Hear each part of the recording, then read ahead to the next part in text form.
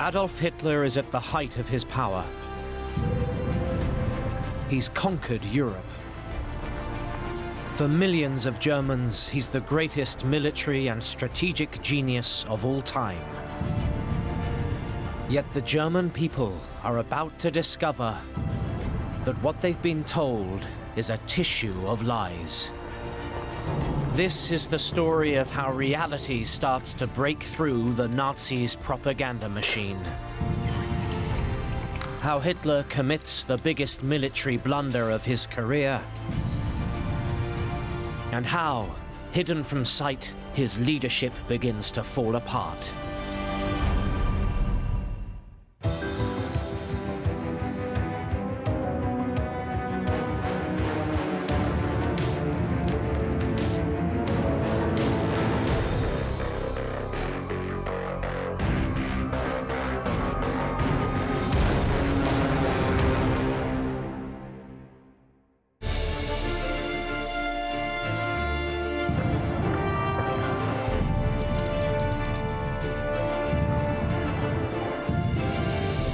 Months after the start of the war, and Adolf Hitler appears to stride the world. He's restored Germany to greatness. His people, once fearful of war, are now reassured it will all be over very soon.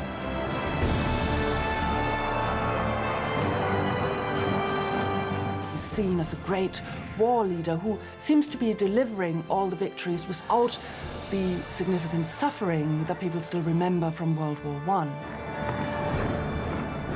Behind him, the German people believe, stands a brilliant and united Nazi Party leadership. But then, that facade begins to crack.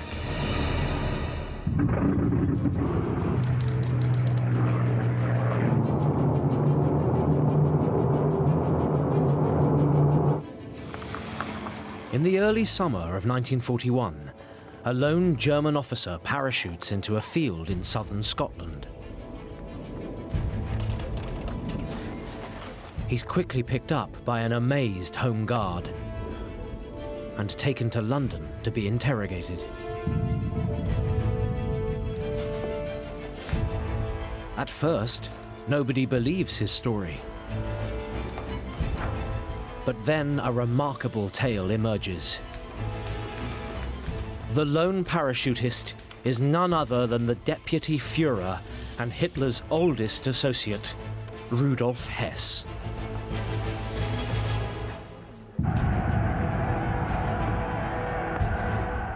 Rudolf Hess has been a leading figure in the Nazi Party since the 1920s. He's been Hitler's personal secretary throughout all of that period.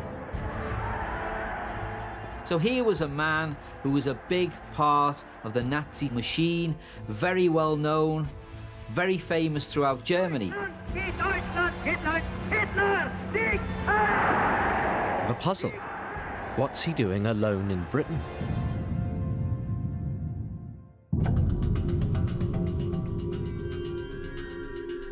Hess is held in the Tower of London. As the interrogation continues, he tells British agents he's come on a secret, one-man mission to negotiate peace with Britain. The British are astonished. There's a sort of general sense of, well, what on earth is going on in the British establishment? It just appears increasingly as a sort of a lunatic mission. But then, a much more revealing story emerges. Hess's private mission is not really about peace at all. His main concern is that amidst the jockeying for power inside the Nazi leadership, he's losing his position as Hitler's closest confidant and ally. He imagined that if he could pull off this diplomatic coup, it would sort of restore his own image, his own importance in the Nazi hierarchy. It's a crazy idea. But critically, it's the first public sign that the Nazi leadership, far from being united, is a seething mass of rivalry and infighting. It revealed really there was something rotten at the top of the Nazi party.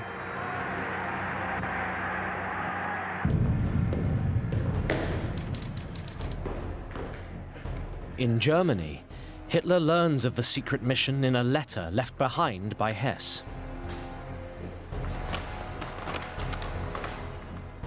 He's absolutely furious. He calls for his aides and his adjutants and shouts and screams. This was perhaps the first time that a senior Nazi leader had broken ranks. It was a huge crisis, and it's probably the biggest embarrassment that Hitler and the party ever experienced. Hess had betrayed the party, had betrayed Hitler. The problem for Hitler: how to maintain the illusion of a united leadership when it clearly isn't.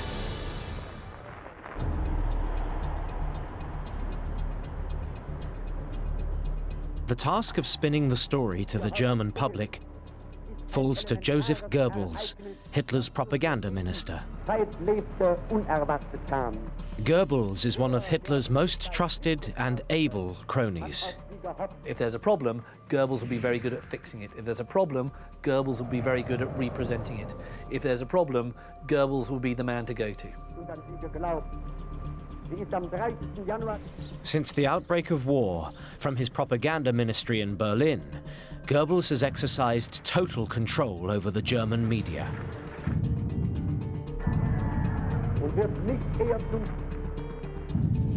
But this is a spin doctor's nightmare. How to restore the image of a united Nazi leadership. Goebbels' answer: to present Hess as a one-off rotten apple. Goebbels dealt with the defection of Rudolf Hess by simply portraying him as a man who had lost his reason, who had gone mad. Under the pressure of work, and his commitments had broken under the strain, effectively. It's an answer many Germans find hard to accept. And it certainly didn't play very well with the German public, who naturally would have asked, well, if the deputy Führer is insane, why is he still in his post?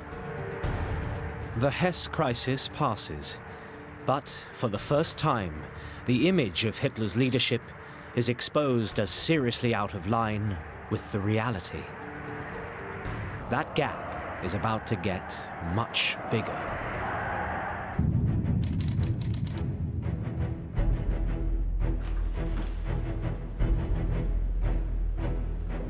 In the summer of 1941, Hitler does what he's always promised. He invades Russia.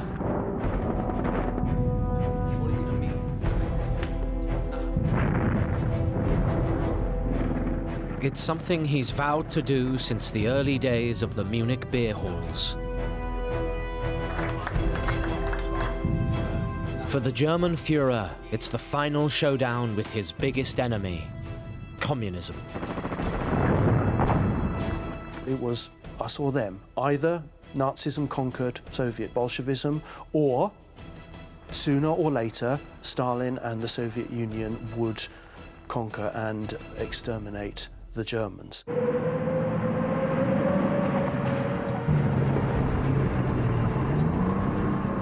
As German troops storm across Russia, Hitler is also fulfilling something else he wrote about in Mein Kampf 16 years earlier. He's winning Lebensraum, conquering territories occupied by what the Nazis regard as inferior races, so that the German people should have extra living space.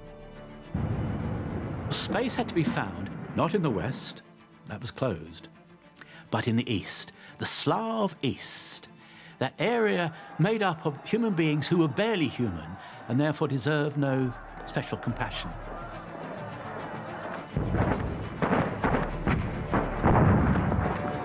The German troops advance further and faster through the Soviet Union than anybody imagines possible.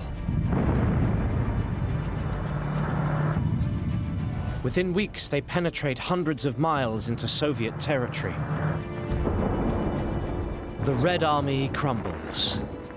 They take over 1.5 million Soviet prisoners of war. It looks like Hitler is going to win the war. Operation Barbarossa, as it's known, seems to be an extraordinary success.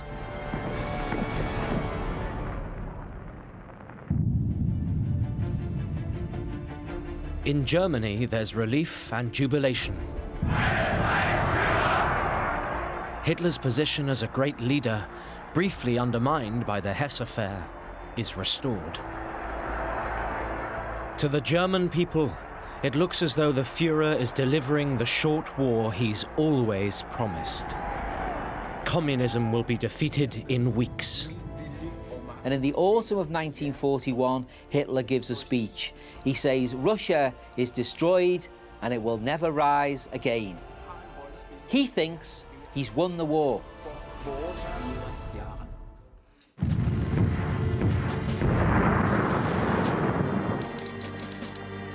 But then, progress slows.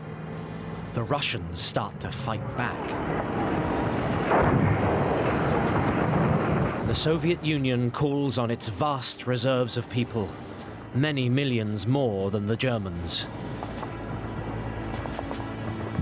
In private, Germany's generals start to worry about the scale of the task in front of them.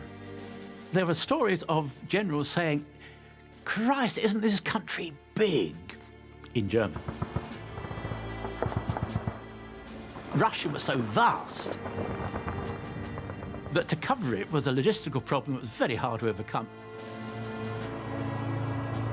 Far from home, what most people can't see is that the German war machine is stumbling. Hitler, the self-styled military genius, is about to encounter harsh reality.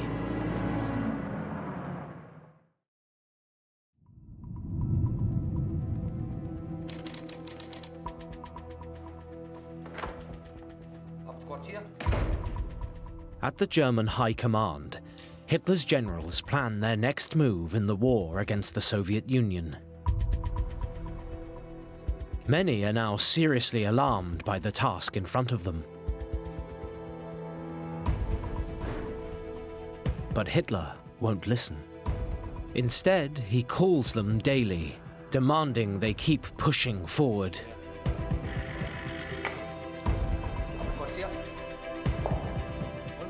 Hitler never let his generals relax. He called them and he would go through some of their timetabling and say, "Go faster," which is a fine thing to say. But you can't make tanks and lorries and personnel move at a speed other than what is allowed by the logistics of it. Hitler's generals do what they can. But then something happens over which they have no control.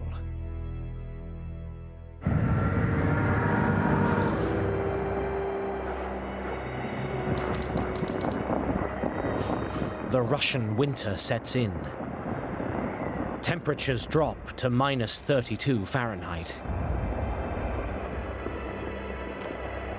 Outside Moscow, the ground freezes solid to a depth of 5 feet. You couldn't urinate in the open air. Fuel would freeze in machinery. Literally, the German war machine was just frozen. And it wasn't just frozen, it was starving. Probably the best you're going to be able to get your hands on is raw horseflesh, because you wouldn't want to start cooking it, because the smoke would leave your cellar and tell the Russians where you were. In the face of these appalling conditions, the German army outside Moscow is finally forced to beat a tactical retreat.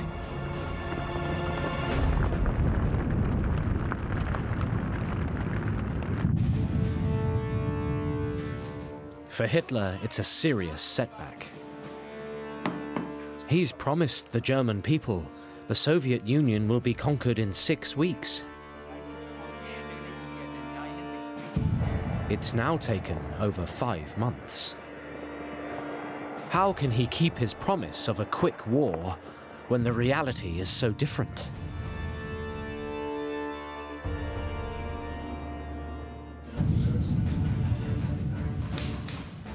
Once again, Joseph Goebbels' propaganda machine rolls into action. His solution? Simply to lie.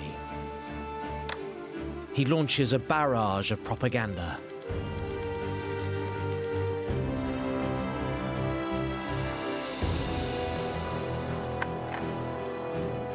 Newsreels show German soldiers enjoying the snow and routing a Russian rabble.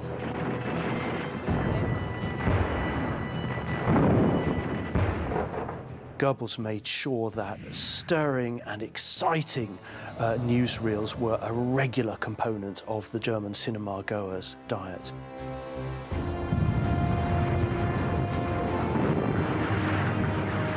He had propaganda companies in action, literally, with the frontline troops. And he constantly urged his propaganda crews to get as far forward as possible, to get the most exciting footage.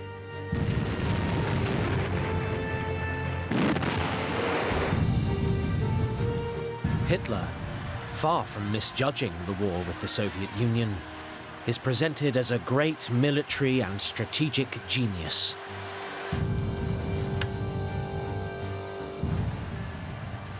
But is the propaganda barrage working?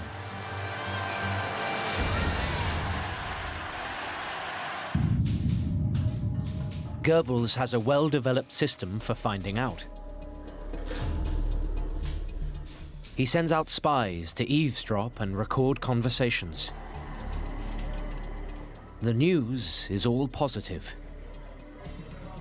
There was a cinema in every German town, even in very small towns.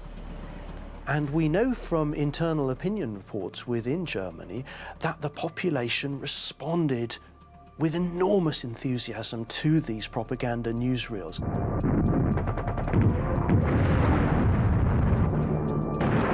They could hardly believe the exciting, dramatic scenes of German military success.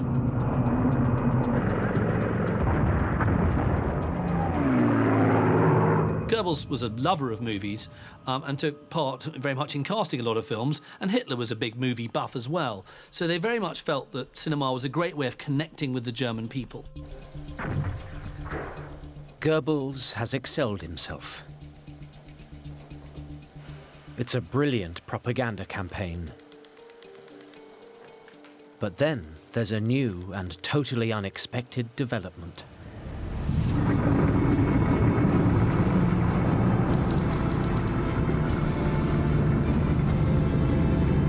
Without warning, Japanese planes bomb the US Pacific Fleet at Pearl Harbor in Hawaii.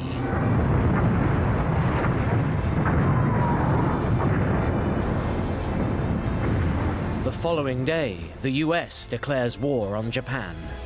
Since the unprovoked and dastardly attack, a state of war has existed between the United States and the Japanese Empire.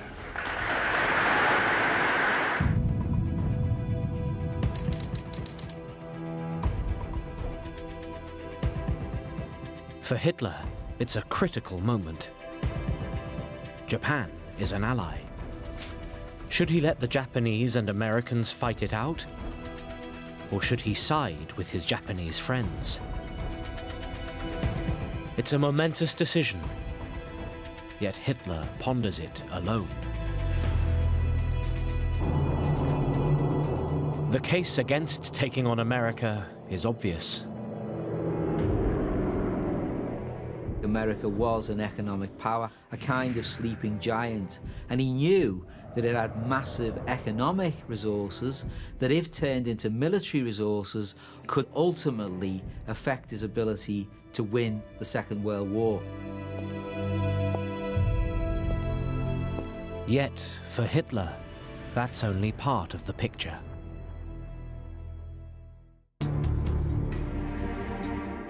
As he turns the situation over in his mind, the case for supporting Japan is also strong. The two countries have an understanding to back one another. There's a good chance Japanese forces will tie down America in the Pacific and prevent her supporting Britain on the Western Front. But above all, Hitler believes the Americans lack what the Germans have: the stomach for a fight. Hitler viewed America with complete contempt as a mongrel racial melting pot which was full of Hispanics and Jews and was racially worthless. He thought the Americans were effete, that they'd accept terms that would leave Germany in control of Europe and leave Japan in control of the Pacific. Finally, after only the briefest consultation, Hitler makes his decision.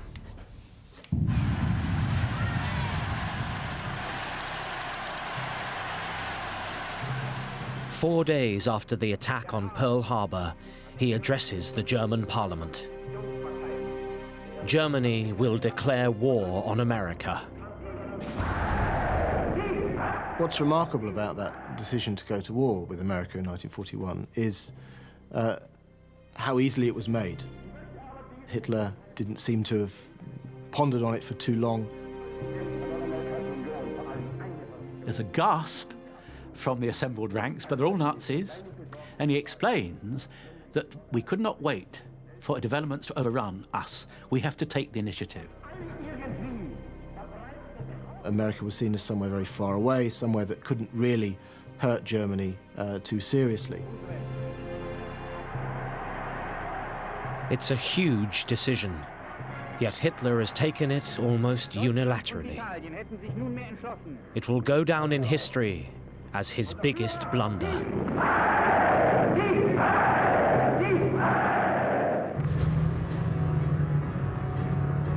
German forces, already bogged down in Russia, now face the most powerful country in the world.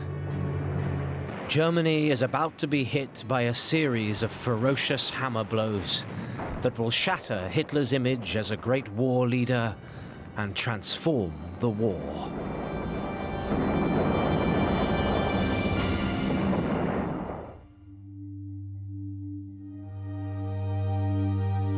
In Germany, the impact of Hitler's decision to go to war with America is felt almost immediately.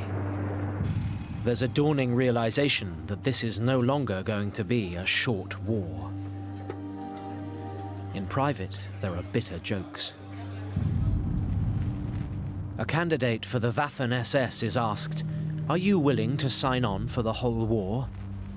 "No," he says. "Only the first 12 years."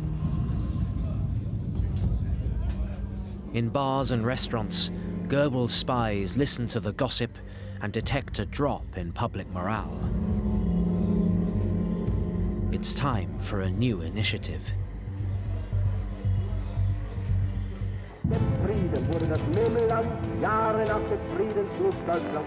In early December, in a speech to Nazi Party regional officials, Hitler makes a new promise.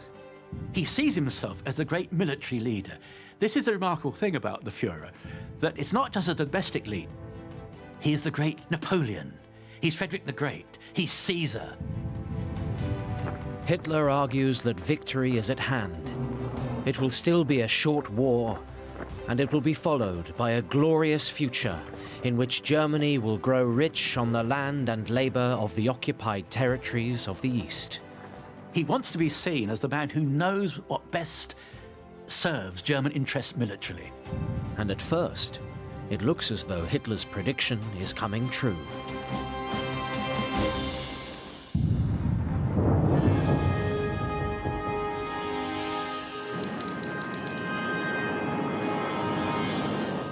Spring on the Eastern Front brings warmer weather.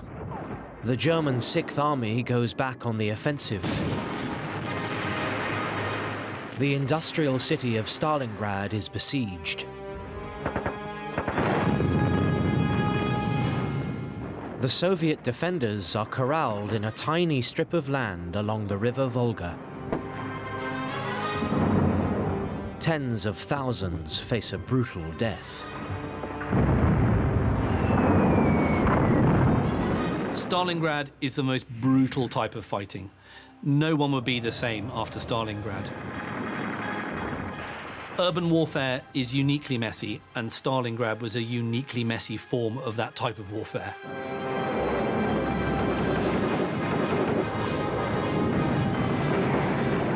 The Germans appear to have victory in their sights.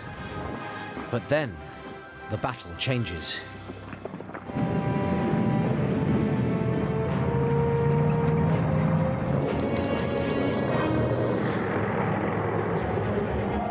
In a brilliant series of flanking moves, the Russians smash through the German lines from the north and south.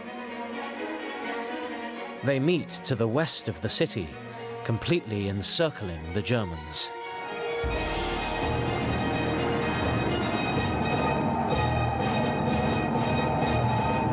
Suddenly, the tables are reversed. Around 250,000 German troops are cut off from their supply lines.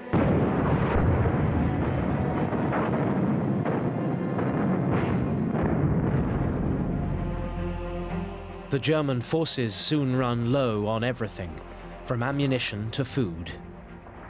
You had lice all over your clothes. You had to eat and drink the little food you could next to your comrades defecating right next to you, because if you tried to go out to go to the toilet, you'd be shot at by a Russian sniper up on a roof. The situation is untenable. The only thing that will save the Germans is a tactical retreat.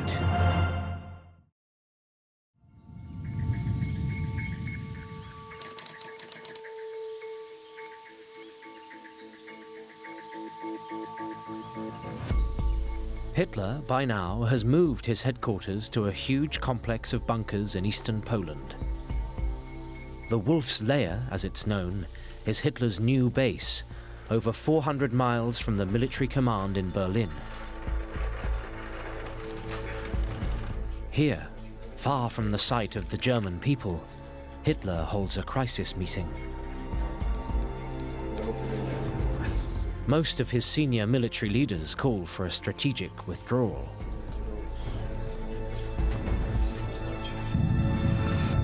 The alternative, an entire army will be wiped out. But Hitler takes another unilateral decision. The Germans will stand and fight to the last man.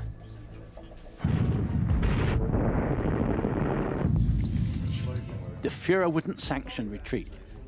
Good Nazis, the Wehrmacht doesn't retreat. It wins by going forward. Very good idea. He believes in staying at your post and dying if you have to, but you do not retreat.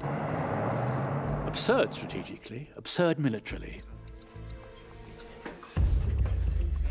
To Hitler's generals, this can only spell disaster. But one man sees an opportunity.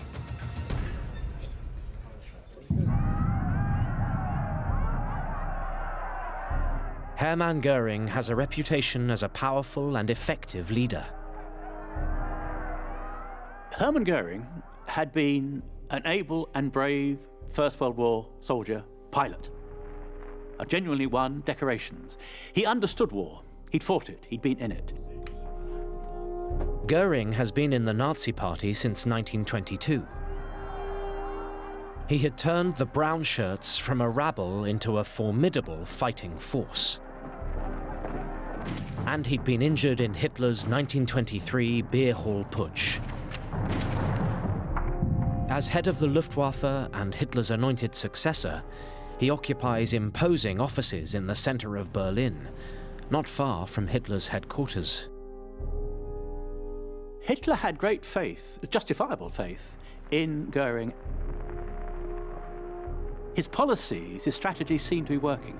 Build up the Luftwaffe into a mighty force, which would provide the means of blitzkrieg, and would provide the means of attacking enemies.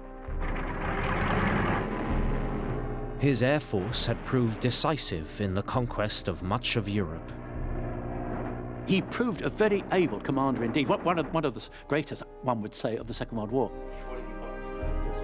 He's a man Hitler has learnt to respect.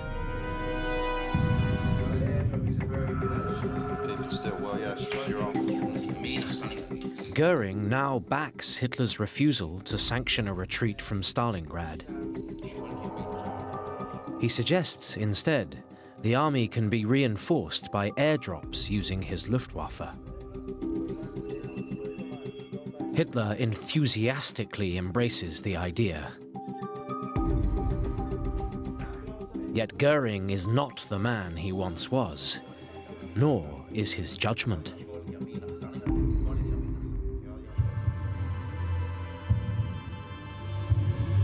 The man the German people believe is a mighty commander is in fact a drug addict.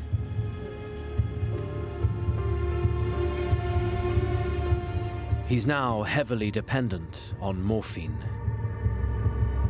It's changed his behavior and clouded his mind. Hermann Goering, in his early career, had been an intelligent and very capable man, had drifted into indolence and apathy.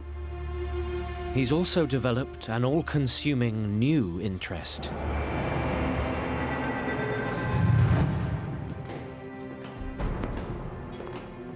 Looted artifacts from across Europe have been pouring into Germany.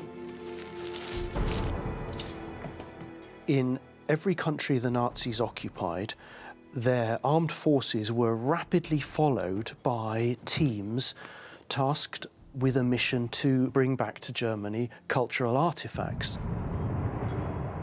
These ranged from literary manuscripts through to paintings and sculptures.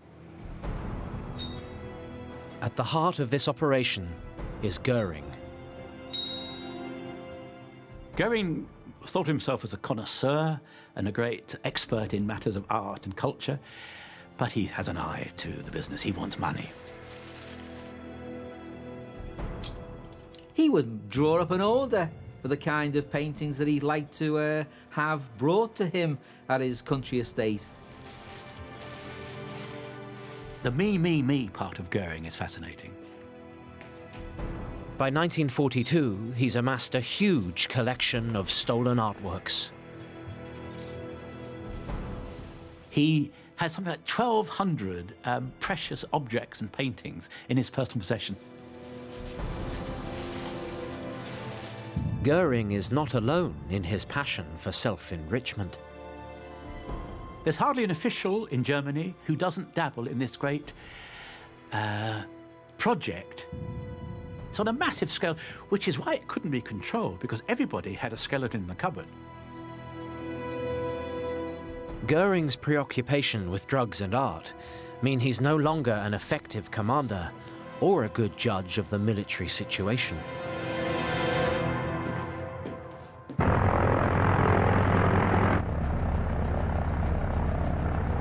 His relief of Stalingrad is a disaster. He doesn't have enough planes or fuel.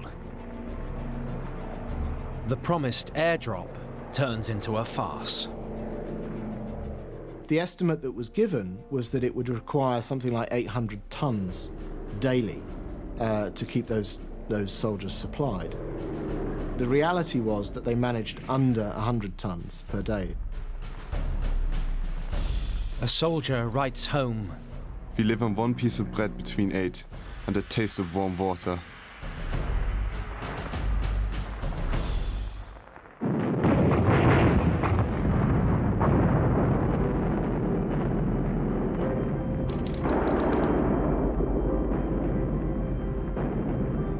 The German position in Stalingrad becomes untenable.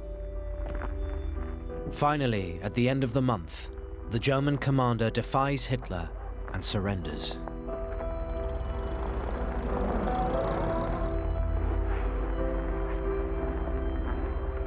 Nearly 100,000 German soldiers are taken prisoner, including 24 generals.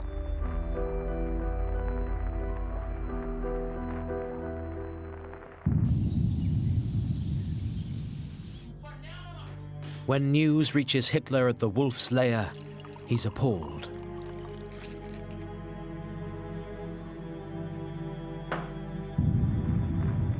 It's a catastrophe so large, it will be impossible to hide from the German people.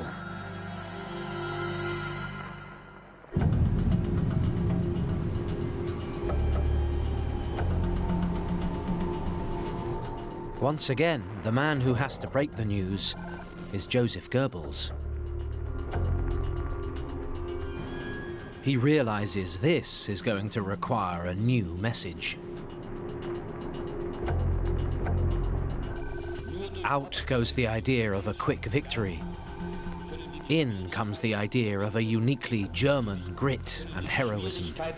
The theme here, as in many other utterances from this time, is that true German heroism only comes to the fore in the face of defeat and immense suffering. Seid ihr bereit, mit dem Führer als Phalanx der Heimat hinten behaupten, das deutsche Volk... Goebbels spells out his new theme in a speech many regard as the high point of his career. Underneath a big banner saying "Total War, Shortest War," Goebbels talks to an audience of 14,000 cheering and admiring fans.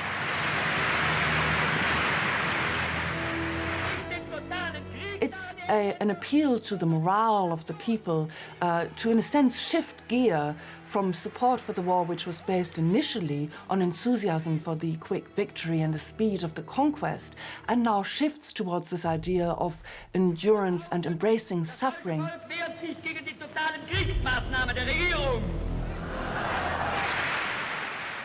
And towards the end of the speech, he perorates on these 10 rhetorical questions that demand ever-increasingly loud yeses from the audience. Do you want a total war? And they all shout, yes! He then says, do you want a total war that's even more radical and brutal than you can possibly think of? And they go, yes, of course we do.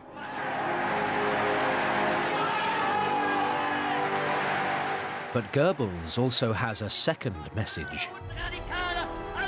The talk of German heroism is underpinned by fear.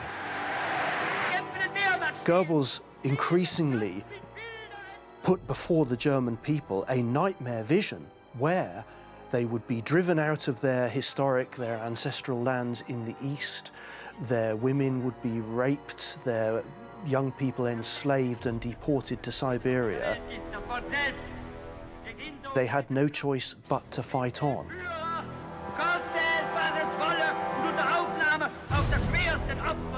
It's a message most Germans are willing to go along with. But now, for the first time, there's also open opposition.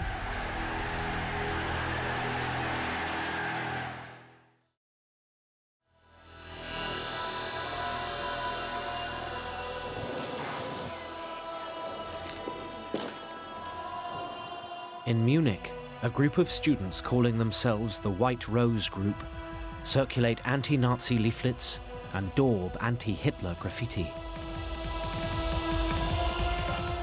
They would go around universities throughout Germany putting up little posters saying things like Hitler, mass murderer, or simply the word freedom. It seems a great example of how totalitarian the regime had become, that even to post the word freedom up on a wall was considered against the state.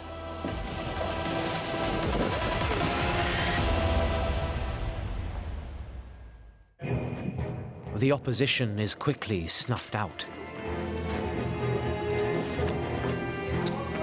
But the German people are about to face another hammer blow.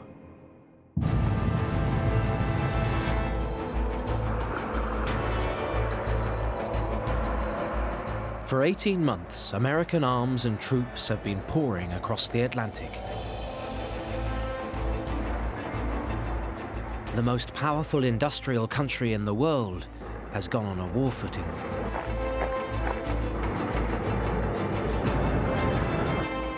What America can do is to turn its factories into places that can produce aeroplanes and tanks very, very swiftly. Aircraft production soars. Car factories roll out thousands of tanks. Typewriter factories convert to machine gun production. And the result is predictable. It's absolutely catastrophic for the Germans.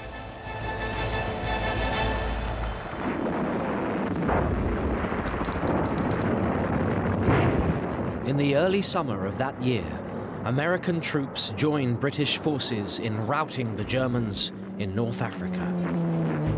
A month later, the Western Allies cross the Mediterranean and invade Italy. And that is a shock to many German military who see that this is where the war against the USA is now turning against German interests. The Americans, once dismissed by Hitler as a feat, are attacking his soft underbelly. Within weeks, the Italian fascist leader Benito Mussolini is overthrown in a popular uprising. Germany loses its most important European ally. Italy's new leaders talk of surrender. Now, at last, the full folly of Hitler's declaration of war on America is apparent.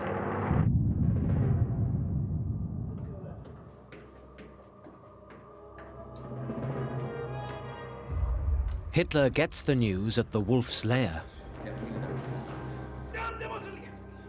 He's horrified. Mussolini is one of his oldest and most faithful allies. Hitler was deeply disturbed by the failure of Mussolini. He'd had a deep affection for Mussolini as a leader, and some say some affection for him as a person, insofar as he had feelings. The Führer orders German troops into Italy to hold back the advancing Allied forces. But this means spreading the German army very thinly. They're being pushed back in Russia. They face the threat of a renewed Allied attack in the West. And they're trying to hold Italy and the Mediterranean coast. But then something happens that's impossible to spin as anything but dreadful.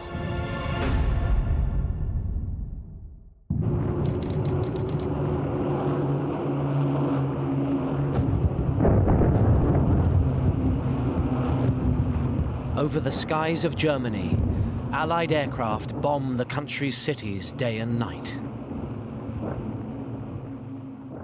The bombing of Germany became far more serious in early 1943, and from then on to the end of the war, it became an ever-present, a nightly horror for German cities. In August that year, Hamburg, one of Germany's most important industrial cities, is devastated in a firestorm. At least 40,000 people die.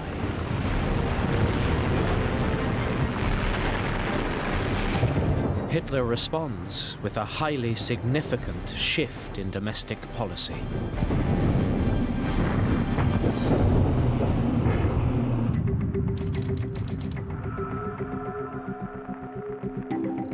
That summer, Hitler appoints Heinrich Himmler, the much-feared head of the SS, Minister of the Interior. Himmler is a fanatical Nazi, a man who likes to foster the image of a dashing fighter. He lives for the Führer, he lives for the greatness of the German cause, and everything subordinated to that. Frightening man, one of the most disturbing of all the Nazis. Himmler's appointment is a clear sign Hitler can no longer rely on the goodwill of his people. From now on, His position will depend on repression. But even now, most Germans have no idea just how awful their situation really is. Hidden from sight, the man they've put their faith in is in deep, personal trouble.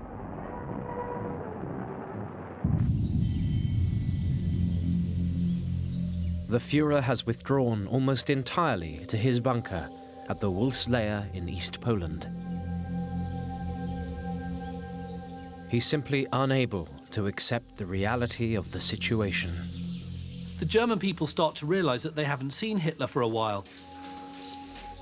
There are certain key events where Hitler would normally turn up to, such as Heroes' Day, a kind of memorial for those who had fallen, and that year Hitler didn't come, and that was very much noticed.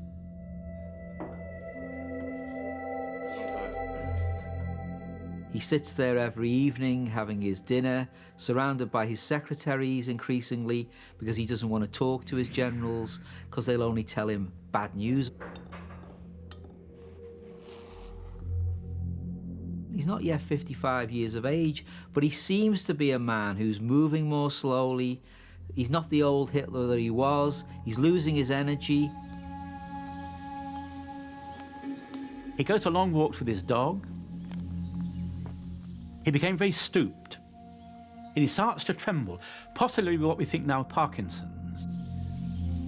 Hitler is now almost entirely dependent on the company of just two people. One is his girlfriend, Eva Braun. He phones Eva Braun every day, which is a thing he'd never done before, to get some solace from her conversation. The other is his personal doctor. Theodor Morell is administering large quantities of antidepressants and homegrown narcotics. Not only are the drugs themselves pretty potent and noxious, there's also an extraordinary amount of drugs. For example, we have here one testoviron. He was on Tempidorm, a barbiturate suppository. He was on Sympathol. He was on Quadranox, which is a sedative. He was on Orchicrin, Optolidon, which is a painkiller and analgesic. He was on something called Obstanol, which was to help with acute and chronic constipation. Yet the German public remain utterly oblivious of the fact that Hitler is a shadow of his former self. His position has always depended on success hiding the shocking reality of his regime. But now he's losing the war. The German people will inevitably start waking up to the truth. And some, at last, will fight back.